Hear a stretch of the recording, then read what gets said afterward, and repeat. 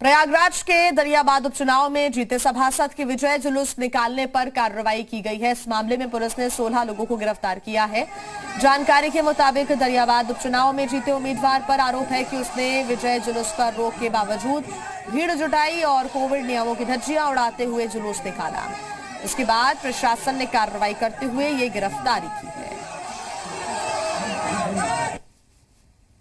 आयोग के माध्यम से और जो कोविड चल रहा है इसके तहत माननीय उच्च न्यायालय और वरिष्ठ अधिकारियों के द्वारा और शासन के द्वारा ये निर्देश था कि किसी भी प्रकार का कोई जुलूस चुनाव के उपरांत नहीं निकाला जाएगा और ना ही कहीं पे कोई लोग इकट्ठे होंगे। धारा 144 लगाई गई इसके लिए, लेकिन इन लोगों ने इसका उल्लंघन किया, तो इस उल्लंघन के चलते इनके ऊपर अभियोग भी पंजीकृत किया गया और इसमें 16 लोगों की गिरफ्तारी की गई है। और इसी पर ज्यादा जानकारी के साथ जी मीडिया संवाददाता प्रयागराज से विशाल हमारे साथ जुड़ गए हैं, आगरा से संकल्प हमारे साथ जुड़ गए हैं। सबसे पहले बात प्रयागराज की करें विशाल हम, क्योंकि कार्रवाई अब हो रही है। पिछले दिनों पंचायत चुनाव को लेकर जो खबरें सामने आई, इसके बाद विजय जुलूस निकालने को मनाही की गई, लेकिन उसके बाद भी लोगों ने विजय जुलूस निकाला। कोरोना गाइडलाइंस की धज्जियां उड़ाई गई इस विजय जुलूस में। कई जगह से, कई क्षेत्रों से ऐसी तस्वीरें सामने आई है, लेकिन अब प्रशासन सजग हो गया है और सख्त कार्रवाई करने के मूड में नजर आ रहा है। देखिए, बिल्कुल दरियाबाद में जो वार्ड है वहां पर उपचुनाव हुए थे पार्षदी के, और पार्षद जो प्रत्याशी था वो जीतने के बाद वहां पर जुलूस निकाल रहा था। सबसे पहले जी मीडिया ने इस वीडियो को दिखाया किस तरह से कोविड नियमों का उल्लंघन किया जा रहा है, किस तरह से जुलूस निकाला जा रहा है, और सैकड़ों की संख्या में लोग जो है सड़कों पर नारेबाजी कर रहे हैं, वो भी तब जब लॉकडाउन लगाया गया है और तमाम जो बंदिशें हैं वो लागू हैं। ऐसे में इस वीडियो के मीडिया करने के बाद पुलिस ने आनन फानन में 16 लोगों को गिरफ्तार किया है, मुकदमा दर्ज किया है। पार्षद के खिलाफ भी मुकदमा दर्ज किया है।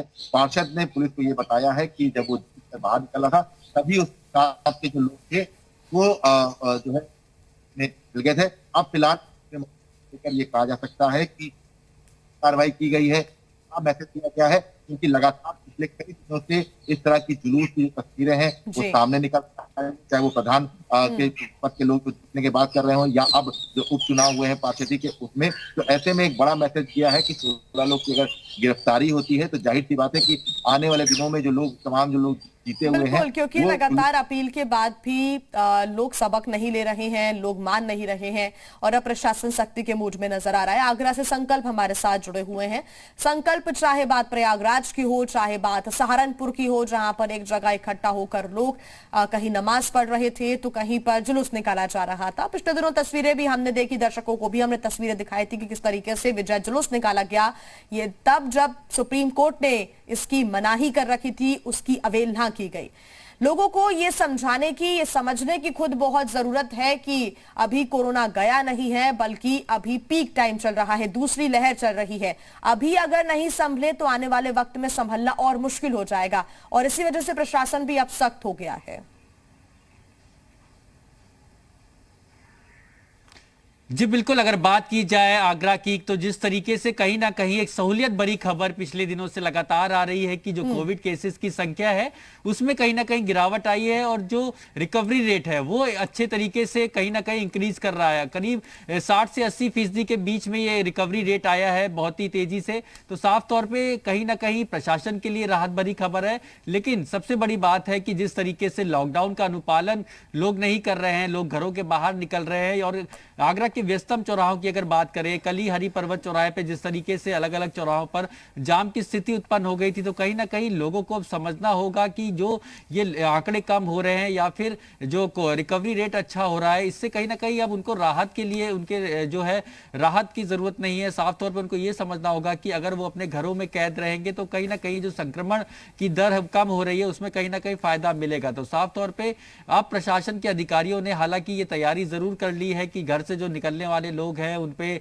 निगरानी रखी जाएगी, उनसे पूछताछ करके जो कार्रवाई का प्रावधान है उसके तहत कार्रवाई की जाएगी। लेकिन फिलहाल जो आगरा की अगर बात की जाए तो सबसे बड़ी समस्या बनी हुई है जो लगातार लोग अपने घरों से बाहर निकलते हैं और कहीं ना कहीं लॉकडाउन का अनुपालन कराने के लिए जो पुलिस प्रशासन सतर्क तो है, लेकिन ये सुनिश्चित करना होगा कि अब कार्रवाई की जाए जिससे कि कहीं ना कहीं लोगों को अब ये समझ में आना चाहिए कि अगर रिकवरी रेट बढ़ रहा है, कोविड केसेस कम हो रहे हैं तो उनके लिए सहूलियत की खबर जरूर है, लेकिन उनको अभी भी ये समझना होगा कि अगर वो घर से निकलते हैं तो कहीं ना कहीं जो कोविड संक्रमण की चेन है उसको तोड़ना बेहद मुश्किल हो जाएगा। फिलहाल अगर बात की जाए इंतजामात की तो आगरा में फिलहाल जो कोविड अस्पतालों में इलाज किया जा रहा है उसको लेकर लगातार जो जिलाधिकारी हैं और आलाधिकारी हैं वो मॉनिटरिंग कर रहे हैं, लेकिन कई जगह पे ओवर बिलिंग की शिकायत आ रही थी। उसके बाद में फिलहाल ये अब डिसाइड किया गया है कि एक टीम बनाई गई है जो लगातार इस बात की मॉनिटरिंग करेगी। रैंडम जो है तीमारदारों से बात करी जाएगी और ये सुनिश्चित किया जाएगा कि तीमारदार अगर संतुष्ट नहीं है अस्पताल की